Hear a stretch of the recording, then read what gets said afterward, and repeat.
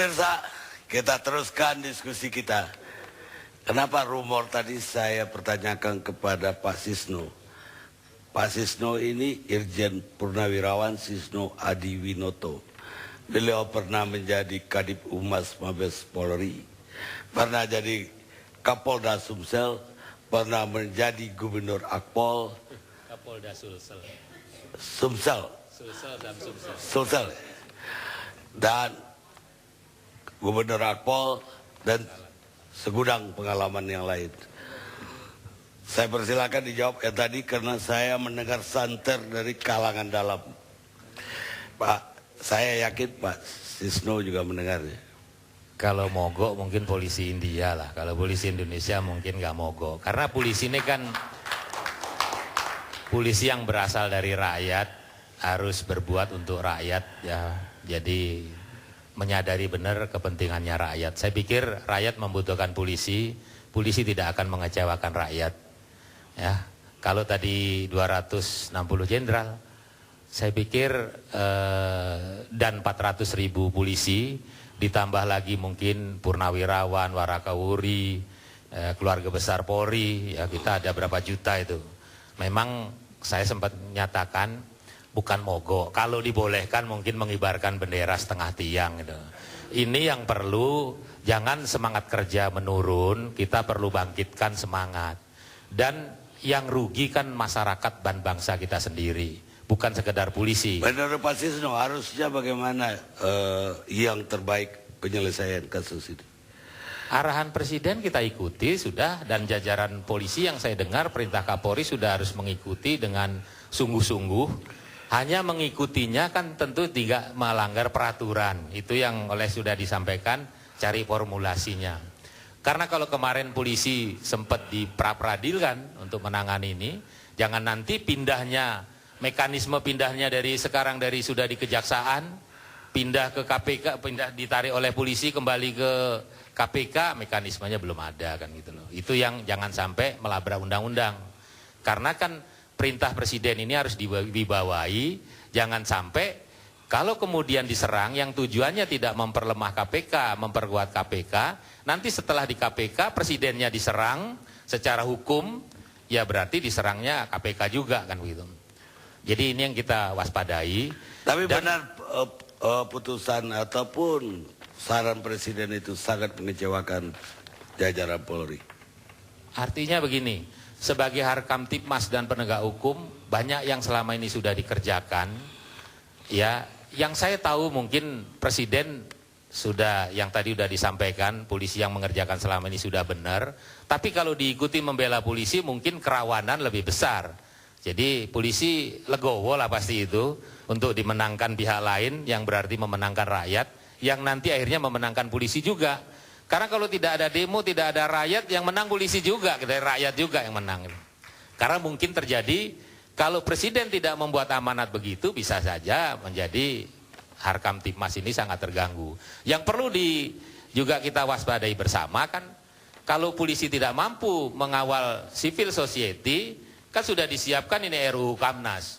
Gitu. Kembali mungkin kepada, ya ada Dewan Keamanan Nasional yang dianggap harus lebih berkuasa, berwibawa dari polisi kan gitu. Baik Pak, saya ke DPR dulu. Di sini ada Pak Suding, Pak Ahmad Yani. Pak Suding dulu. Bagaimana menanggapi pidato Presiden semalam?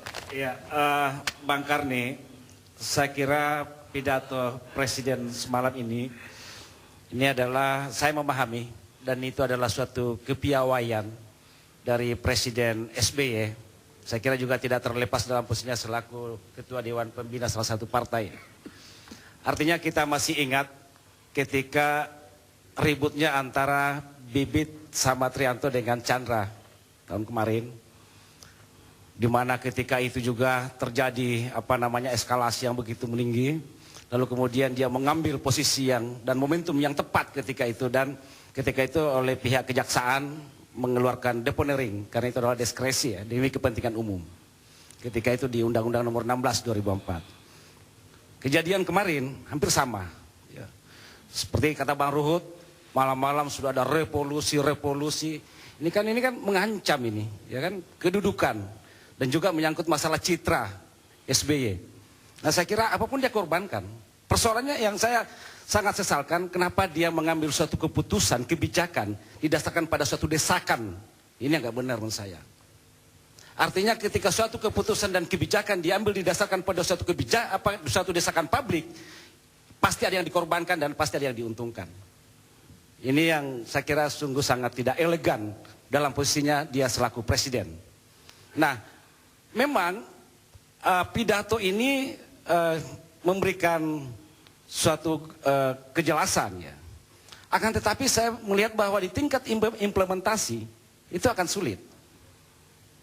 Artinya ketika misalnya SBY menginstruksikan bahwa dalam kaitannya kasus Joko Susilo diserahkan sepenuhnya ke KPK, sementara yang lainnya ada 3 tersangka, kalau saya tidak salah sudah dalam proses hukum di kepolisian, bahkan sudah ada P19 dari pihak kejaksaan, dengan dasar apa, landasan hukumnya apa gitu loh.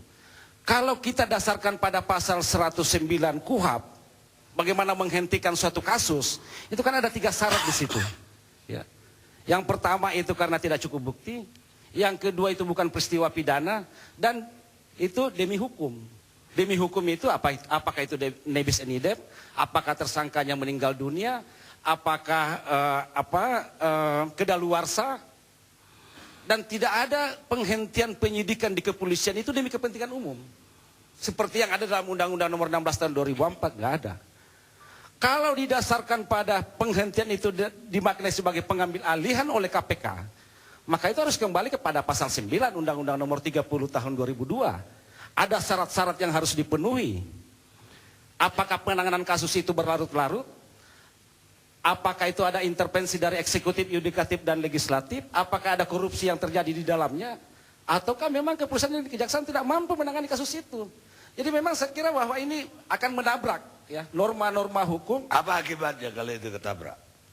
Ya, saya kira ini polisi akan kebingungan menurut saya ya untuk menghentikan kasus ini yang sementara dalam proses hukum, due process of law di tingkat Mabes Polri. Karena tidak ada dasar hukumnya, mau dihentikan dengan cara apa gitu loh. Beda ketika kasus Samad dan Chandra kemarin, ada diskresi yang ada di Kejaksaan Agung, dihentikan demi kepentingan umum. Itu deponering, SKP 2. Tapi walaupun dikalahkan di tingkat pra-peradilan kemarin, tapi ya itulah kondisi hukum kita saat ini. Nah, saya kira sekali lagi saya katakan bahwa kita semua sepakat bahwa korupsi ini adalah musuh bersama kita semua. Dan saya kira memang semua institusi ini harus diperkuat gitu loh. Jangan ada satu institusi yang dicitrakan baik, ada satu institusi yang dicitrakan buruk. Ya, ini nggak baik dalam konteks criminal justice system seperti yang disampaikan oleh Pak Sisno tadi. Ya. Ini harus kita perkuat sama-sama gitu loh. Jangan lalu kemudian ada dukungan publik yang begitu besar. Begini Bang Karni, saya ini dari LBHI dulu. Ya.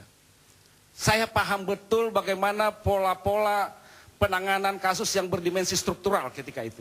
Saya sama-sama dengan Bambang Wijoyanto di LBHI. Dia di LBH Jayapura, saya di LBH Makassar. Artinya ketika kita menangani kasus-kasus yang berdimensi struktural, yang pertama kita lakukan itu adalah bagaimana mendapatkan dukungan publik. Ketika dukungan publik kita dapat, kita tabrak. Norma hukum etika kita tabrak. Saya kira pola-pola seperti ini harus ditinggalkan. Mengelola institusi negara itu harus penuh dengan sikap kenegarawanan, menurut saya. Harus dengan norma-norma dan etika. Ini yang tidak berjalan menurut saya. Dan saya selalu sampaikan bahwa KPK jangan dikelola dengan cara-cara seperti itu dalam konteks penegakan hukum.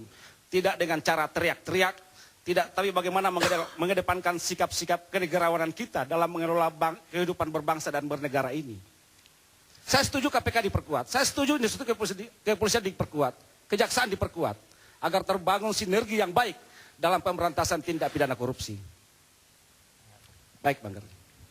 Cukup. Kayaknya lebih tegas dari pidato semalam. Kita istirahat sejenak.